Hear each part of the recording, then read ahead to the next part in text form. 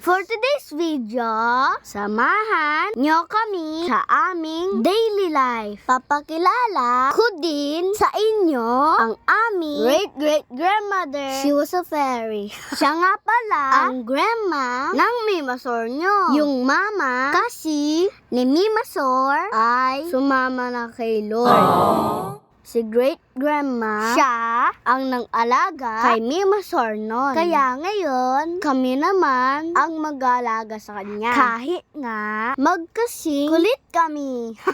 Pero kahit ganon, love na love namin siya. Kahit masungit siya minsan.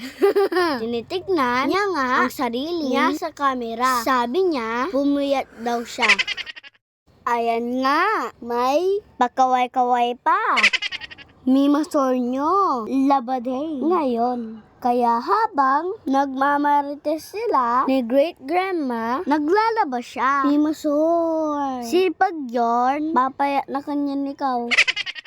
Dito nga, napansin ko, malungkot si great-grandma. Siguro iniisip niya yung mga time na nakakalakad pa siya. Mga kachab, sa ngayon kasi, hindi na siya nakakalakad. Ganyan na lang siya. Ginuguyod na lang para makalabas siya. Hindi na din niya kayang umupong mag-isa. Nakakamiss yung mga araw na kasama ko siyang maglakad sa labas. Yung mga araw, nagigising ako sa tawag niya para yayain na kumain. Ngayon kasi, hindi na siya makalakad. Marami na kaming hindi nagagawa kaya ng dati. Simula kasi, nung aksidente, madulas siya, naka-fracture yung isang legs niya. Sabi ng doktor, kailangan operahan siya at lagyan ng bakal. Pero dahil kapos kami sa pinansyal na halaga, hindi namin napa-opera si great-grandma. Mahalaking halaga kasi ang kailangan. Isa pa dito, ang takot na baka hindi na kayanin ng katawan niya ang operasyon. Si great-grandma kasi ay 94 years old na. Kaya kahit gustuin namin na makalakad pa siya, ay ayaw namin isakripisyo yung chance na baka na mapasama pa siyang lalo. Kaya sabi namin, kahit mahirap, pipilitin namin siyang alagaan. Nung malakas siya, kami ang inaalagaan. Ngayon mahina siya, kami naman ang mag-aalaga sa kanya. Great-grandma namin, palakas ka lang, kaming magbahala sa'yo.